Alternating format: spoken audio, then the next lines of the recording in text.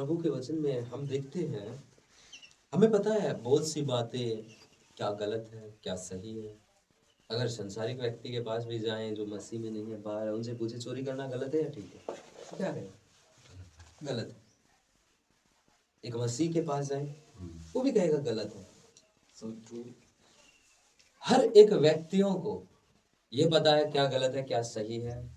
कोई ऐसी चीज नहीं जो ये बता सके कि ये ठीक है। इवन बाइबल कहती है कि परमेश्वर को जो नहीं जानते उनके मनों में भी परमेश्वर ने अपनी बात, अपनी व्यवस्था लिख छोड़ी है। उनका कॉन्शियस उन्हें थोड़ता रहता है और एक समय उसमें जाते जाते पाप में जीवन बिताते बिताते वो एक मरता जाता है। अब एक व्यक्ति है इस बुक में जिसके बारे में हम थोड़ी सी चर्चा करेंगे। न्यायों की पुस्तक 16 अध्याय में एक व्यक्ति है, ये काफी फेमस कैरेक्टर है बाइबल का, सिमसोन।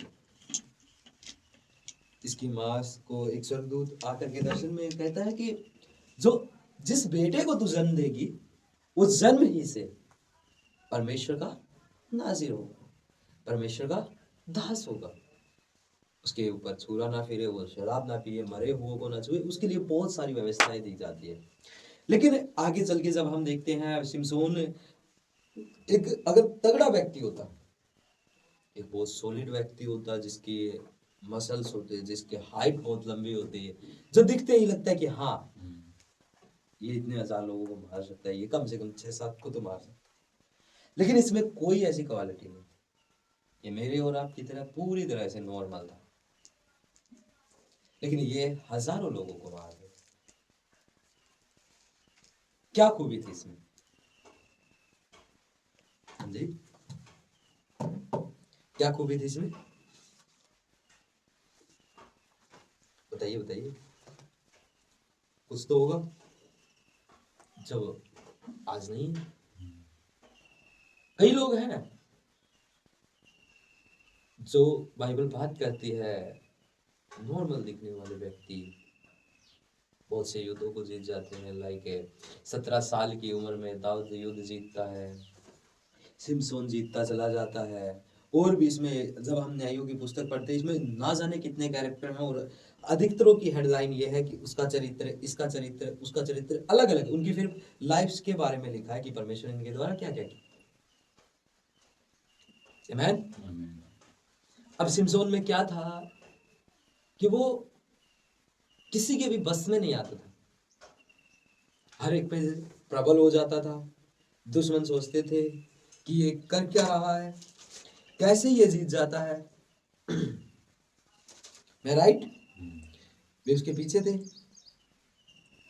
हर एक उन्होंने अपने पैतरे आजमा लिए, हर एक चीज करके देख ली, लेकिन फिर भी कोई फायदा नहीं पड़ा। लेकिन सिमसोन के अंदर एक छोटी सी कमी थी।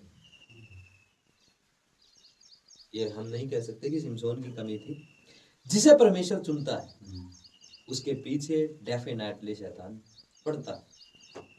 उसे कोई फर्क नहीं पड़ता कि कौन क्या, किसके पास कितना पैसा है, क्या धन है, संपत्ति है।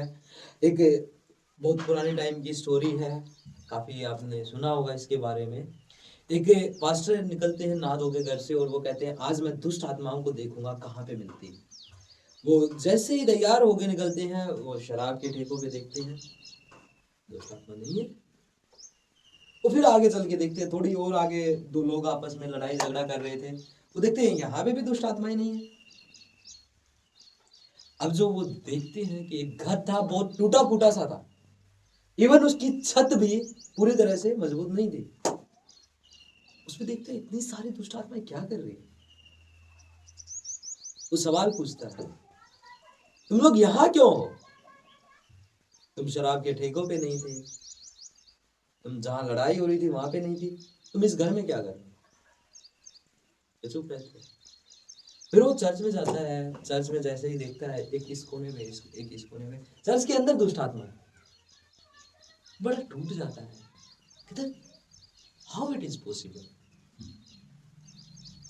वो फिर सवाल करता है तुम्हारा यहाँ क्या काम है। तो कहते हैं जब तू ठेके पे गया वहां पे हमारा क्या काम। उन लोगों को हमने ऐसा ट्रेन कर दिया, अगर हम उनके साथ ना भी रहें तो भी वे हमारा काम करेंगे। लड़ाई झगड़े वालों को ऐसा कर दिया है। अब हमारा काम है, जिस घर में तुमने देखा था जिसकी छत नहीं थी, उस पे 20-20 दुष्ट आत्माएं थी। इसका कारण ये था क्योंकि इसको हमने बहुत परेशान किया, हमने इसे दबाया, तड़पाया, सताया, लेकिन ये व्यक्ति है कि दिन में 3 टाइम प्रार्थना करता ही है। इसकी प्रार्थना करने का समय नहीं बदल रहा। हमने हर एक पैतरा आजमा लिया, इसका घर बर्बाद कर दिया, ये कर दिया, वो कर दिया, लेकिन ये प्रार्थना कर रहा है। हम चर्च में इसलिए हैं कि उनका मेन फोकस जो है प्रभु से हटा सके, लड़कों का लड़कियों की तरफ और लड़कियों का लड़कों की तरफ, पैसे के प्रति और इसके प्रति हर चीज में व्यस्त कर सके। दुष्ट आत्माएं कहां होंगी? जिनसे उन्हें फर्क पड़ रहा है। अब सिमसोन से, जो सिमसोन नामक व्यक्ति था, इससे शैतान को फर्क पड़ रहा था, इसलिए इसके पीछे था। इसीलिए चाहता था कि इसकी कॉलिंग पूरी ना हो, इसकी सेवकाई जो है, जो परमेश्वर ने जिस काम के लिए इसे चुना है, वो पूरा ना हो। सबसे बड़ा झूठ शैतान का, तो बड़ा कमजोर। दूसरा हमारा झूठ। किसका? मेरा झूठ। शैतान ने मुझसे पाप कराया, मेरा झूठ है ये। शैतान मुझसे पाप नहीं करा सकता, वो माहौल पैदा कर सकता है कि मैं यहां बैठ के पाप करूं। पाप करा सकता है, करते हैं खुद। मेरे हाथ में वो आकर के बियर की बोतल नहीं दे सकता, वो मुझे ऐसी संगतियों में लेके जा सकता है, वो मुझे ऐसी जगहों पे बैठा सकता है जहां पे बियर चल रही हो, और फिर एक बार जाएगा व्यक्ति, 2 बार जाएगा, तीसरी बार वो खुद ही ट्राई करेगा। वो माहौल देता है। जैसा पिछली बार भाई ने प्रेज किया था कि जब बुरी संगति अच्छे चरित्र को बिगाड़ देती है, तो अच्छी संगति बुरे चरित्र को सुधार भी देती है। बाइबल कहती है, नीति वचन में लिखा है, मित्र का मुख मित्र की संगति में चमक उठता है। और यीशु के अलावा कौन सा ऐसा मित्र है जो हमारे साथ हमेशा रह सके? और जब हम हमेशा प्रभु के साथ रहते हैं, तो प्रभु की संगति में हमारे मुख पे चमक आ जाती है, उसका स्वभाव हमारे अंदर आना शुरू हो जाता है। जैसे एक हस्बैंड वाइफ को बोला जाता है, ये मेरे सोलमेट है, राइट?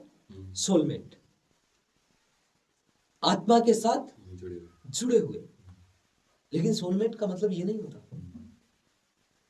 एक होती है स्पिरिट, एक होती है आत्मा, ओ सॉरी, एक होती है सोल। अब स्पिरिट और सोल में क्या डिफरेंट?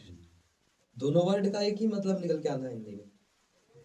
बाइबल में जब हम पढ़ते हैं, कई बार सोल लिखा हुआ है, कई बार स्पिरिट लिखा हुआ है। व्हाई? कुछ तो रीजन होगा। जो स्पिरिट है वो सबसे अंदर वाले हिस्से में है, ये सही है। जो स्पिरिट है वो इसके अंदर है, जो सोल है वो ये है बीच वाला, और जो शरीर है वो ये जो दिख रहा है। अब हम क्या है? हम क्या? आप मुझे कैसे देख पा रहे हो? शरीर को बाइबल बताती है परमेश्वर आत्मा है, और अपने लिए वो आत्मा और सच्चाई से आराधना करने वालों ढूंढ रहा है। जब परमेश्वर आत्मा है तो हम क्या है? यूहन्ना 1:12 में लिखा है, जितनों ने उस पर विश्वास किया उस तनों को उसने परमेश्वर की संतान होने का अधिकार दिया। और फिर बाइबल कहती है, जो पानी से जन्मा है, जो आत्मा से जन्मा है, वो अब आत्मा है। अब हम आत्मा है, मैं एक आत्मा हूं। बोलिए मेरे साथ, मैं एक आत्मा हूं, मेरे पास प्राण है, मैं शरीर में रहता हूं, लेकिन हूं क्या? मैं एक आत्मा हूं, मेरे पास प्राण भी है, और मैं शरीर के अंदर रहता हूं। और जब मैं शरीर के अंदर रहता हूं, दिखता मेरा शरीर है, क्योंकि आत्मा इसके अंदर तीसरे हिस्से में रह रहा है, इस कारण मेरा आत्मा नहीं दिख पाता। लेकिन जो परमेश्वर ने प्रभु यीशु मसीह के बलिदान के द्वारा किया, वो ये किया कि हमारे शरीर में कोई बदलाव नहीं आया। ना तो मैं मोटा था पतला हुआ, ना पतले से मोटा हुआ, ना छोटे से बड़ा होगा, कोई बदलाव नहीं होता शरीर में जब हमारा नया जन्म होता है। जब लेकिन फिर जो हमारा आत्मा है, उसके अंदर उसको कवर कर लेता है पवित्र आत्मा पूरी तरह से। हमारे आत्मा को पवित्र आत्मा ने पूरी तरह कैप्चर कर लिया, कवर कर लिया, और कवर करने के बाद वो क्या करता है कि हमारे आत्मा के अंदर कोई अब दूसरा पाप नहीं जा सकता। और इसके बाद वो जब हम प्रभु की संगति में रहते हैं, प्रार्थना करते हैं, आराधना करते हैं वचन के साथ, और जब हम आत्मा में प्रार्थना करते हैं, जिसे हम कहते हैं अन्य भाषा में प्रार्थना, आत्मा में प्रार्थना करते हैं, तो वो मैनिफेस्ट होता रहता है और वो फिर प्राण तक पहुंच जाता है, जिसे हम सोल कहते हैं। प्राण तक पहुंचने के बाद उसका काम था कि स्पिरिट ही, पवित्र आत्मा ही इस चीज को, पवित्रताई को हमारे शरीर में लेके जाए, और शरीर से फिर बाइबल कहती है मैं तुम्हें जीवन की नदियां बना दूंगा, तुम्हारे अंदर से जीवन की नदियां के सोते फूट निकलेंगे। जब हमें आत्मा में जीने लगते हैं, जब वो प्रोग्रेस शरीर तक पहुंच जाता है, जैसे प्रभु यीशु मसीह का आंचल छूने के बाद वो लहू बहने वाली स्त्री चंगी हो गई। क्यों? This is my question. क्यों हुई? क्या यीशु ने उसके लिए प्रार्थना की? रीजन है क्योंकि यीशु मसीह उससे भी कहीं ज्यादा लेवल पे था। वो चलता फिरता एक जीवन की नदी था, उसके अंदर से वो आत्मा में जीते। और आत्मा में जीना है क्या? क्यों जीना चाहिए हमें आत्मा में? क्योंकि मैं आत्मा हूं, मेरे पास शरीर है, और एक दिन ये शरीर नाश हो जाएगा जो दिख रहा है। हर एक व्यक्ति कहता है, बहुत से रिलीजन्स हैं जो कहते हैं आत्मा कभी नहीं मरता, और कुछ कहते हैं शरीर मर जाता, प्राण कहां जाता है? Soulmate, husband wife soulmate, spirit, be a spirit man. हमारा कनेक्शन परमेश्वर के साथ है, ये और अंदर की बात है। ये पवित्र आत्मा और हमारे आत्मा का कनेक्शन है। संसारिक व्यक्तियों पे भले ही एक आत्मा, लेकिन हमारे अंदर पवित्र आत्मा रहने आया है जो हमें कभी नहीं छोड़ के जा सकता। और जब हम उसके अनुसार जीते हैं तो बाइबल कहती है जो प्रभु की संगति में रहता है वो उसके साथ एक आत्मा हो जाता है। प्रभु उसके द्वारा बोल सकता है, प्रभु उसके द्वारा चल सकता है। ब्रदर, ये तो प्रभु कर सकता है, हम क्या कर सकते हैं? जब हम प्रभु के साथ एक आत्मा हो जाते हैं तो जो स्वर्ग में हो रहा है, जो वहां हो रहा है, वो हमें पता चलता है। लेकिन होना क्या चाहिए? उसके साथ एक आत्मा, उसके साथ connection. Today we are talking about prayer life, our spirit man. आज मेरे पास कोई चंगाई वाले या फिर मैं ये कहूं कि इस दुनिया में आशीषों वाले वचन नहीं। आज जो प्रभु ने मुझे दिया है वो है हमारे इनर मैन को स्ट्रॉन्ग करने की, जो सबसे इंपॉर्टेंट है, जो सबसे जरूरी है। यहां पे शिमशोन के पास अटूट ताकत थी। आइए हम थोड़ा पर्सनल चलते हैं। जब हमने प्रभु यीशु मसीह में विश्वास किया, नहीं थे, हम प्रार्थना कर रहे थे, हर बातों में हमें पता था कि हम कौन है, कहां से निकल के आए हैं, कितनी बुरी जिंदगी से परमेश्वर ने हमें छुड़ाया है। तो हमें उसकी दया पता थी, याद थी कि हम पे दया हुई है, हमें प्रार्थना करनी है, हमें बाइबल पढ़नी है, हमें जानना है। और एक सबसे अच्छी बात हमारे अंदर ये थी कि हमें इसलिए नहीं जानना था कि हम दूसरों को बता सकें, हमें इसलिए जानना था कि ये है कौन आखिर, ये यीशु मसीह ऐसा क्या है इसके अंदर कि इसने मुझ जैसे पापी के लिए अपना जीवन दे दिया। मैं जानना चाहता हूँ प्रभु आप कौन है। और जब जब हम प्रभु के साथ समय बिताने लगे, उसके साथ समय, तब हमारे जीवन में एक ऐसा समय था कि हमारे लिए बड़े से बड़े पाप को पता चलते हैं कि ये पाप है, ठुकराना बहुत आसान था। एग्री हो मेरे साथ? एक ऐसा समय था कि बड़े से बड़े पाप एक सेकंड में छोड़े। जब हमें प्रभु के साथ चलते रहते हैं, फिर एक समय आता है जब लाइटली लेने लगते हैं, उस दया को बहुत हल्के में जानने लगते हैं। ये दया मुझ पे थोड़ी ही हुई है, अकेले पे थोड़ी हुई है, तो सब पे हुई है। जब मैं प्रभु में आया मुझे लगा कि अकेला मैं ही प्रभु में, और इस कारण मुझे लगा मुझे जानना पड़ेगा यीशु मसीह। प्रभु को धीरे धीरे थोड़ा थोड़ा करके प्रभु ने मुझ पर प्रकट करना अपने आप को शुरू किया। और जब प्रकट करना शुरू किया, थोड़ा और समय बीता, जब मुझे लगभग 1-2 साल बाद पता चला कि बहुत सारे लोग मसीह में हैं, मैं अकेला इतना बर्डन क्यों ले रहा हूँ। और इस घमंड ने, मुझमें जो घमंड आया, मेरे घमंड ने मेरी प्रार्थना जीवन और बाइबल स्टडी को दबा दिया। सब चीजें नीचे जाती गई, और तब मैंने ऐसी बातें देखी जो कभी नहीं हुई थी। शराब छोड़ी थी, शराब शुरू कर दी थी। और पाप छोड़े थे वे आ गए। उनमें कंफ्यूज था, मुझे पता है ये गलत है, मैं निकल क्यों नहीं पा रहा, कोशिशें करता था, नहीं निकल पाता था। अब आइए हम सिमसोन के इससे कुछ जानते हैं। ये कई जगहों पे गिरता है। इसको फिर एक और लेडीज मिलती है, दलीला। उसे पैसे दिए जाते हैं 1100 कुछ चांदी के सिक्के के वायदा दिया जाता है, और उसे कहते हैं इसकी सामर्थ का पता लगा, क्योंकि हमें नहीं पता कि इसमें सामर्थ कहाँ से आती है। हम कितने भी सैनिक भेज ले, कितना भी कुछ भी कर ले, हम इससे नहीं जीत सकते। ब्रदर ये हमें क्यों बता रहे हैं? हो सकता है आज हमें सैनिकों को थोड़ा ही मारना है।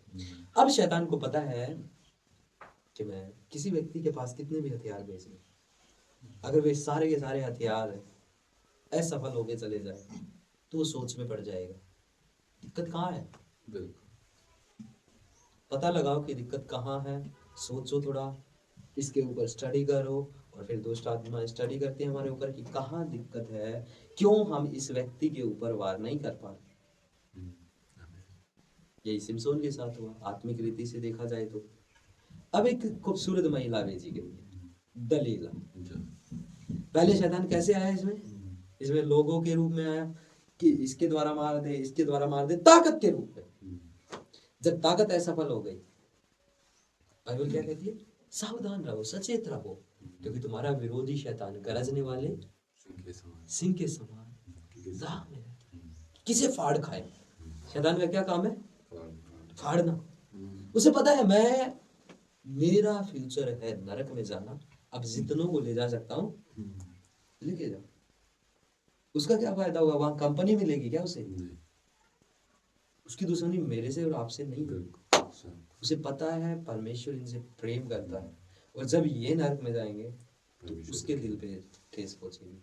अब कुछ लोग कह सकते हैं कि जब प्रभु प्रेम करता है तो सबको स्वर्ग लेके क्यों नहीं जाता, है ना? होता है। जब प्रभु प्रेम करता है तो किसी को सजा क्यों देता है? जब प्रभु प्रेम करता है तो किसी को नाश क्यों होने देता है? वो एक जज भी है, सच्चा जज, जो रिश्वत नहीं ले सकता, और वो एक पिता भी। दलीला इससे 3 बार पूछती है, तीन बार ये गलत बताता है, चौथी बार जाकर के सच बताता है। एक बार कह देता है कोई रस्सी लो की और उसे मुझसे बांध दो, मेरी ताकत जाती रहेगी। और ये महारथी देख रहा है कि पहले जब इसने बताया कि रस्सी लो और मुझे बांध दो, तो दलीला कहती है, हे सिमसोन देख, तुझे पकड़ने के लिए आ गए फिलिस्तीन।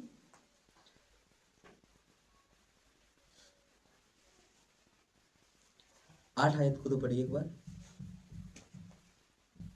तब फलिश्तियों के सरदार दलीला के पास ऐसी नई नई 7 तांतें ले गए जो सुखाई ना गई थी, और उनसे उसने सिमशोन को बांधा। उसके पास कुछ बहुत कोठरी में घात लगाए बैठे थे। तब उसने उससे कहा, हे सिमशोन, फलिश्ती तेरी घात में है। तब उसने तांतों को ऐसा तोड़ा जैसा सन का सूत आग से छूते ही टूट जाता है, और उसके बल का भेद ना खुला। यहाँ पे सबसे पहला ऑप्शन लिखा है, सबसे पहला जो कैरेक्टर लिखा है, कई सूत की एक रस्सी होती है, उससे इसे बांध दिया गया है, और ये ऐसा तोड़ता है जैसे कोई रस्सी है, आग को छूती है, छूते ही खट। आपने कभी देखा, ट्राई करके देखना, कोई रस्सी हो ना, उसको खींचो और आग से टच करके देखो। यहाँ पे सबसे पहला जिक्र किया आग का, पवित्र आत्मा का अभिषेक की जो आग हमारे अंदर होती है, जब कोई भी शैतान कितना भी बड़ा हथियार क्यों ना फेंक ले, वो क्या होगा? डिस्ट्रॉय हो जाएगा, मिट जाएगा। फिर दूसरी बार फिर से हमला करते हैं। दूसरी बार लिखा है, यदि तू मेरे सिर के 7 लटे ताने से बने हुए तो बंध सकूंगा। फिर से 3 बार दलीला हार जाती है, सिमसोन जीत जाता है। कितना बेवकूफ ये बन रहा है यहाँ पे। आराम से इस चैप्टर को घर पे जाके पढ़िएगा। यहाँ पे एक खूबसूरत बात जो मैंने नोटिस की, वो पता है क्या थी? 3 बार गलत बताता है सिमसोन। 3 बार, तीनों बार उसमें हमला होता है।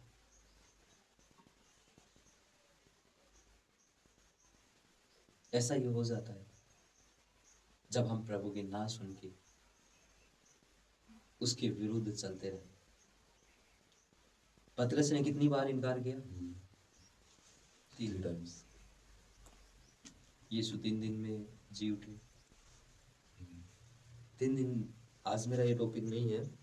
3 जो नंबर है 3, इसका बहुत महत्वपूर्ण है, इसमें बहुत महत्व है। जैसे 3 चेले करीब थे, 3 दिन का उपवास प्रार्थना, 3 दिन का बाइबल के अनुसार बहुत महत्व है। अब तीनों बार इसने गलत बताया। चौथी बार दलीला के लिए लिखा है, अपनी जांघ पे उसका सिर रखा हुआ था। 19 आयत को मैं पढ़ रहा हूं। तब उसने उसको अपने घुटनों पर सुला रखा और एक मनुष्य बुलवाकर उसके सिर की 7 लटें मुंडवा डाली और वह उसको दबाने लगी और वह निर्बल हो गया। जब उसने व्यक्तियों को बुलाया है, अब इसे पता चल चुका है कि इसकी जो पावर है, इसकी जो ताकत है, इसकी बालों में है, इसके बाल काटे जाने चाहिए। और जब इसके बाल काटेंगे, पहले जो अच्छे से अच्छे सैनिकों को हरा रहा था, अब दलीला उसे दबाए हुए, तभी भी वो निर्बल हो। Do you think about that? एक लेडीज इसे दबाए हुए। हालेलुया। एक लेडीज ने इसे दबा लिया। इससे भी दुख की बात पता है क्या है?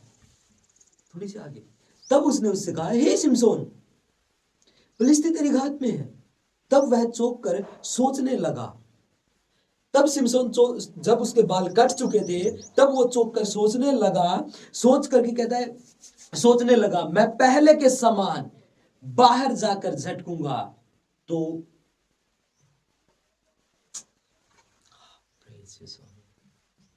बड़ा दुख होता है जब ये बात समझ आती है।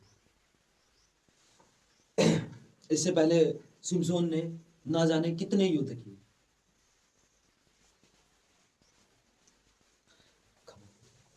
शिमशोन ने हर युद्ध जीता। इससे पहले कोई युद्ध हारा नहीं शिमशोन। रीजन क्या था? रीजन क्या था? शेर आया, फाड़ दिया।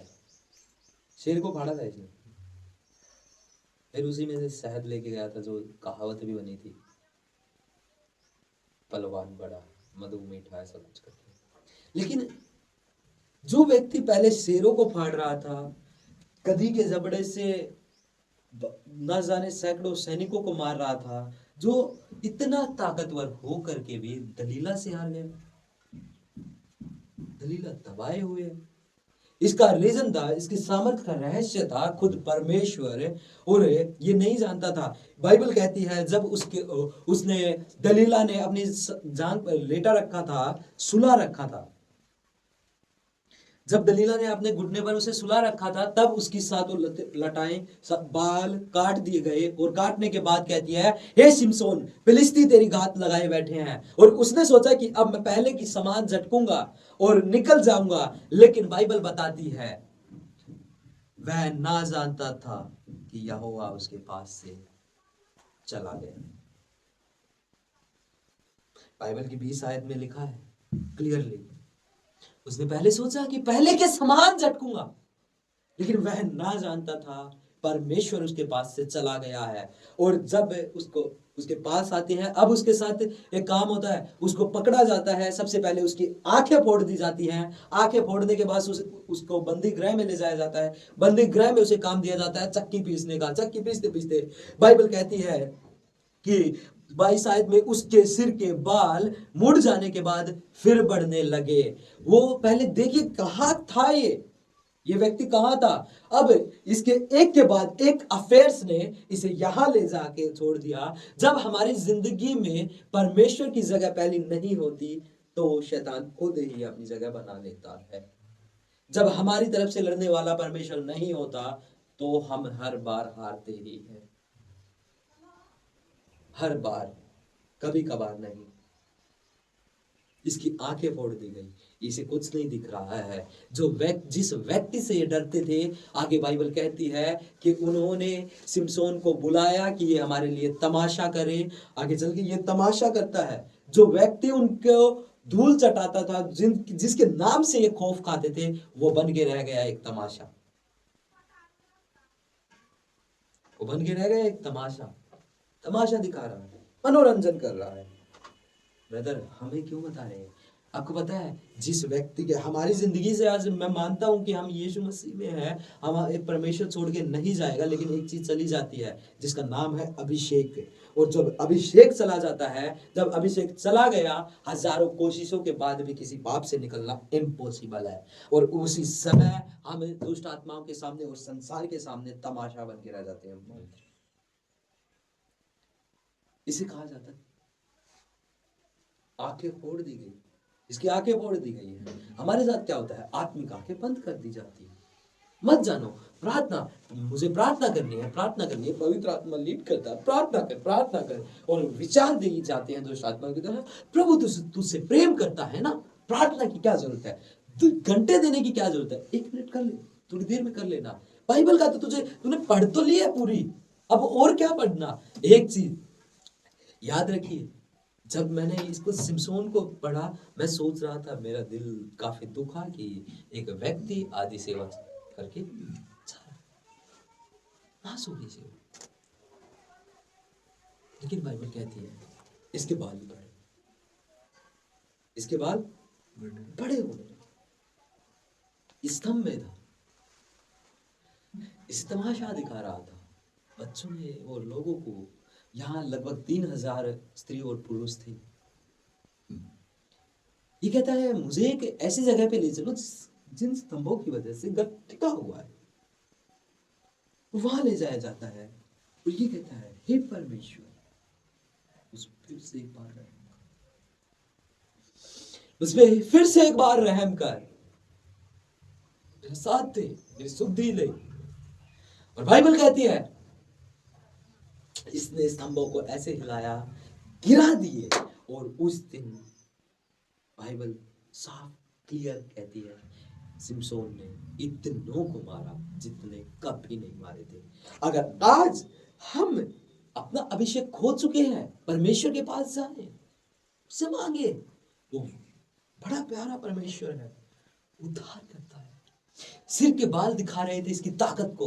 हमारी ताकत सीक्रेट प्लेसेस पे है, हमारी ताकत कमरों के, बंद कमरों के अंदर है, तेल बंद कमरों के अंदर बह रहा है। आज हम उसे समय दे करके खरीद सकते हैं, आज हम उसे ले सकते हैं। लेकिन अगर लेट हो गया तो संसार में तो जाएंगे, हम एक जगह पे सिर्फ मसीह ही होंगे, मात्र एक जगह पे। बता का अगर अभिषेक चला गया, हमारी वैल्यू तो होगी, लेकिन सिर्फ लोगों के सामने, परमेश्वर के सामने जीरो। हम छिप के पाप करेंगे, लोगों को दिखाएंगे हम कुछ नहीं, हम पवित्र जीवन जिएंगे। अब आप कहोगे कि कैसे निकल सकते हैं? ये चीज इसको समय दीजिए, बाइबल को पढ़िए, उसके वचन को पढ़िए। ये चीज प्रार्थना को जन्म देगी। प्रार्थना के द्वारा अभिषेक आए, अभिषेक आने के बाद शैतान के बंधन टूटते जाएंगे और हम यहाँ पे जैवन जीवन जी सकेंगे। समय देना इसलिए जरूरी है, इसीलिए परमेश्वर का स्थान पहला रखना जरूरी है। मैं बात कर रहा था सोलमेट की, जैसे एक पत्नी पति जब साथ नहीं रहते, उनमें अनबन आ जाती है। परमेश्वर से जब हमारी नजदीकियां दूर होने लगती हैं, तो हमें हमारा पुराना स्वभाव आने लगता है, जो परमेश्वर का था, जो हमारे परमेश्वर के साथ जुड़ा हुआ था, जैसे उसका नेचर, उसकी खूबियां, उसकी क्वालिटीज, वे हमसे दूर होने लगती हैं। वो हमारा पुराना कैरेक्टर वापस लौटना शुरू हो जाता है। और जब हम परमेश्वर के निकट वापस से जब वो चीज चली जाती है, तब हमें लगता है, हम कहते हैं खुदा कहाँ है ये चीजें, हमें चाहिए, खाली हो जाते। अगर आप चाहते हैं कि परमेश्वर हमारे साथ रहे, उसका अभिषेक पाए, अभिषेक में जीने वाले व्यक्ति हैं। मैं अभिषेक को इतना इंपॉर्टेंस क्यों दे रहा हूं? क्योंकि बाइबल कहती है यीशु मसीह के लिए तेरे परमेश्वर ने तेरे साथियों से बढ़ के तेरा अभिषेक किए, क्योंकि तूने अधर्म से बैर और धर्म से प्रेम किया। यीशु को अभिषेक की जरूरत थी, हर कैरेक्टर को, पौलुस को अभिषेक की जरूरत थी, पतरस को अभिषेक मिला, यूहन्ना को मिला, तब ये लोग काम कर पाए, तब ये प्रभु के साथ जी पाए। अगर हम आज कहें हमें अभिषेक की जरूरत नहीं, तो हम कुछ भी नहीं। We need, हमें जरूरत है। क्यों जरूरत है? ताकि हम यीशु की तरह जी सकें। जय भी जी। हम एक हारा हुआ जीवन ना जिए, भले ही हम लोगों के सामने जीता हुआ जीवन जी के दिखा देते हो, हम हंस के कह देते हैं, अगर कोई पूछे कैसे हो, बढ़िया, बहुत अच्छा हूं, इनसाइड ब्रोकन। कई लोग हैं जो बाहर से बहुत अच्छा दिखाते हैं, अंदर से टूटे हुए हैं। लेकिन मैं कहना चाहता हूं, God is your side, come on his side. प्रभु आपकी तरफ है, आप भी उसकी तरफ आ जाइए। अभी समय है, एक बार ये समय निकल गया, एक बार यीशु मसीह आके चला गया, बर्बाद, नाश, फिर समय कुछ नहीं है। वो शुरू से ही भरमाने वाला है। उसने 1/3 स्वर्गदूतों को भरमा दिया, और आज शैतान पड़ा है लोगों के पीछे कि इनको भी भरमा दे। और आज वो बहुत से मसीहों को भी भरमा रहा है कि बाइबल पढ़ने की क्या जरूरत है, तेरे पास अभी समय नहीं है, प्रार्थना करने का समय नहीं है, उपवास मत कर, नहीं तो पतला हो जाएगा, ये मत कर। लेकिन बलिदान अभिषेक को लेकर, उद्धार मुफ्त में है, अभिषेक के लिए कीमत चुकानी पड़ती है। पे द प्राइस, पे the price, your time is price. हमारा समय मूल्य है। अगर हम उसके साथ जीना चाहते हैं तो हमें समय देना पड़ेगा, कोई दूसरा ऑप्शन नहीं है। अब सिमसोन जीतता है अंत में, कब? लेकिन जब उसकी संसार की आंखें बंद हो जाती है। मैं यहाँ पे एक खूबसूरत बात देख रहा था कि वाह, इसकी संसार में जिन आंखों से देखता था वे बंद हुई, तो आत्मिक आंखें इसकी खुल गई। आज हम प्रभु के लिए अगर जीना चाहते हैं तो उसको समय देना पड़ेगा, बहुत जरूरी है। अगर हम समय नहीं देते, हम बिजी नहीं होते, फिर भी हम खुद को बिजी कर लेते। दैट इज द रीजन, यही एक वो रीजन है। अगर किसी का ये सवाल है, ब्रदर मैं यहाँ से नहीं निकल पा रहा, एक काम, एक काम, मात्र एक काम, प्रभु के करीब आ जाए, प्रभु के